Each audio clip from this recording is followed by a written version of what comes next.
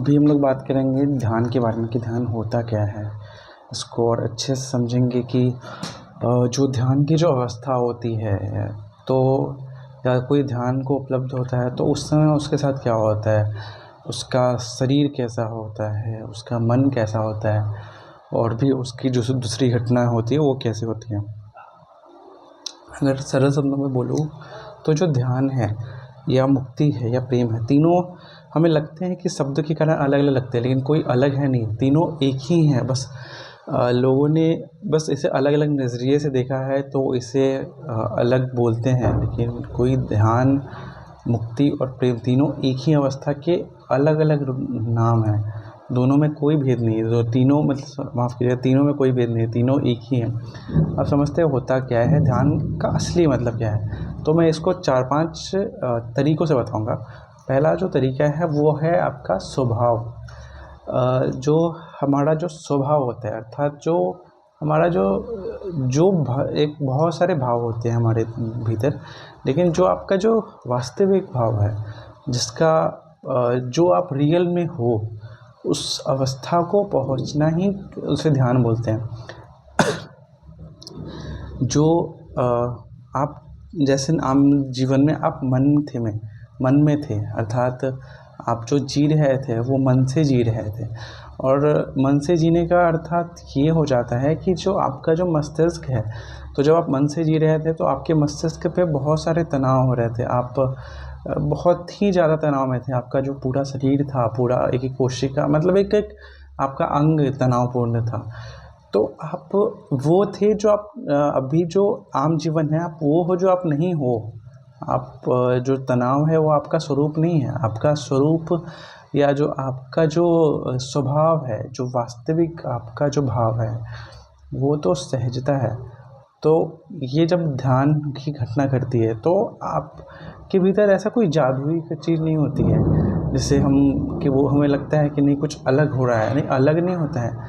हम बस अपने स्वभाव में आ जाते हैं, हम अपने वास्तविक स्वरूप में आ जाते हैं। और वास्तविक स्वरूप में कहने का मतलब ये नहीं कि आप मिट जाते हो, आत्मा जैसा पूरा विलीन हो जाते हो। ऐसा होता है, लेकिन इसको थोड़ा सा समझना पड़ेगा। जो आप जिस शरीर में जी रहे हो तो वो शरीर पूरी तरह से तनावपूर्ण है। जब वो सारी तरह ख़त्म होती है तो जो आपका जो शरीर है वो अपने प्योर फॉर्म में रहता है। इम्प्योर फॉर्म वही था तनाव, जिसे हम जो अध्यात्म में होता है ना, स्वास्थ्य होता है, अस्वस्थ होता है। अस्वस्थ का अर्थ यही होता है अगर अध्यात्म की नज़र से स्वास्थ्य का मतलब देखा था जो जाए तो जो मुक्त है वही स्वस्थ है, जो मुक्त नहीं है वो अस्वस्थ है। तो आप अपने स्व में स्थित हो, आप जो आपका जो मूल स्वरूप है उसमें स्थित हो।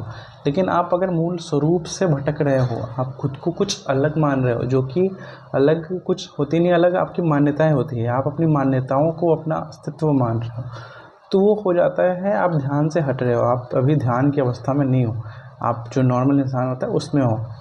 दूसरा, अभी इसी में ही मैंने तो बोला था कि आप जो सहज हो जाते हो, तो एक ये भी है कि सहजता ही आपका स्वभाव है।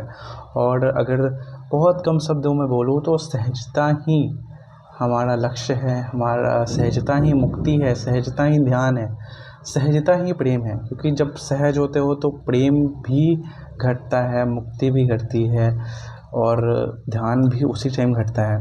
आप पूरे तरह से ढीले हो जाते हो। तनाव, अगर जैसे बंधन को ही बोला जाए तो बंधन क्या है, आप का किसी भी चीज़ से जुड़ाव हो तो आपको तनाव देती ही है। बंधन, अगर रस्सी को ही मान लो तो रस्सी का 2 हिस्से अगर है बंधन है, तो जब एक हिस्सा दूसरे हिस्से को खींचेगा तो तनाव होगा ही ना। वो भी उस जैसा प्रक्रिया ही भी आपके भीतर होता है।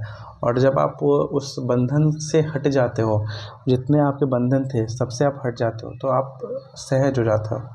आप तो वही मुक्त हो जाते हो।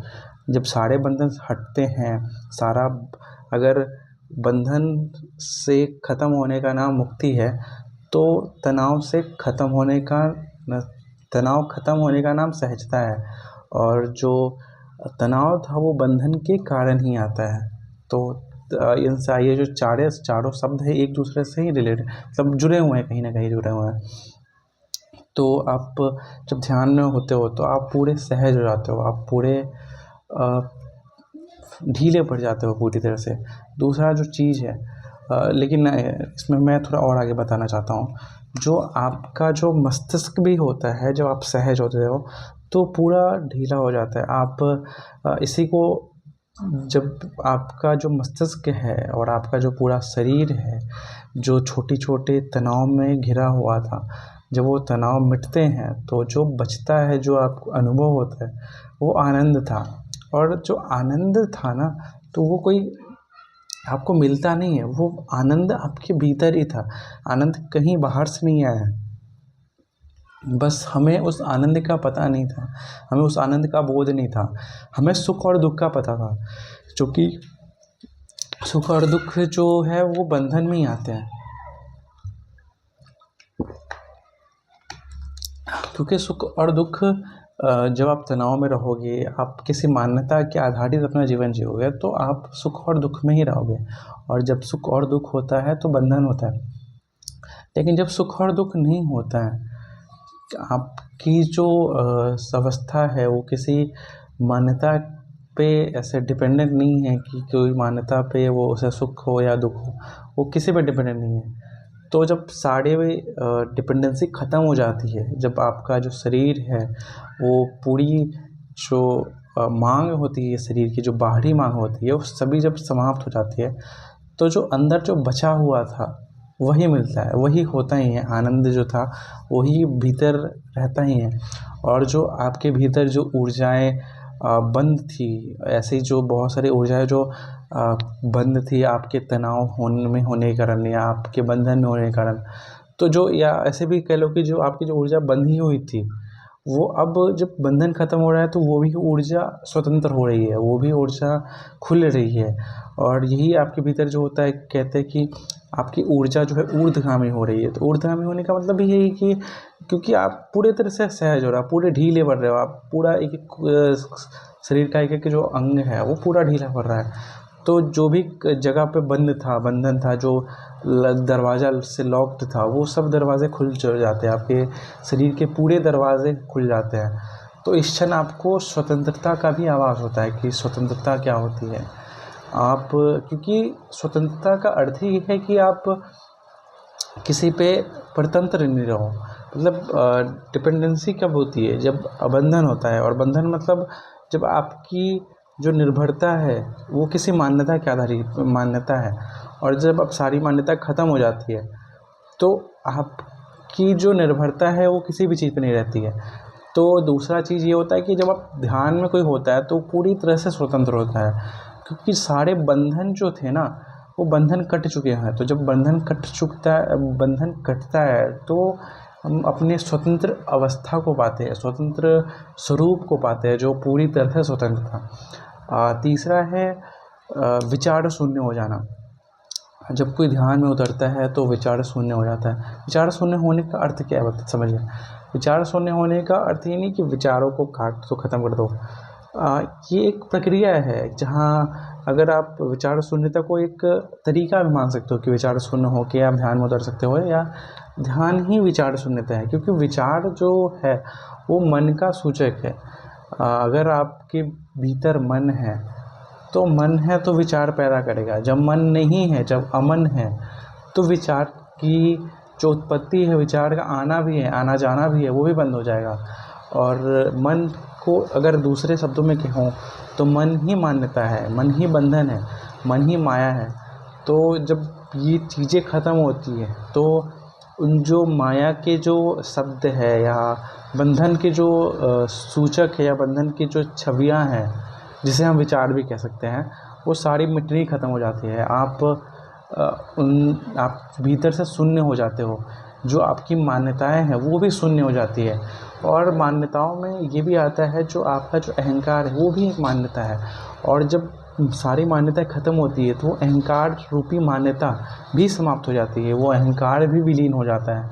तो चौथा बोलो तो अहंकार शून्यता भी ध्यान की अवस्था है। मैंने अभी 4 बता दिए थे, एक स्वभाव या सहजता, दूसरा स्वतंत्रता, चौथा विचार शून्यता और तीसरा विचार शून्यता और जो चौथा है जो अभी मैंने बोला वो है।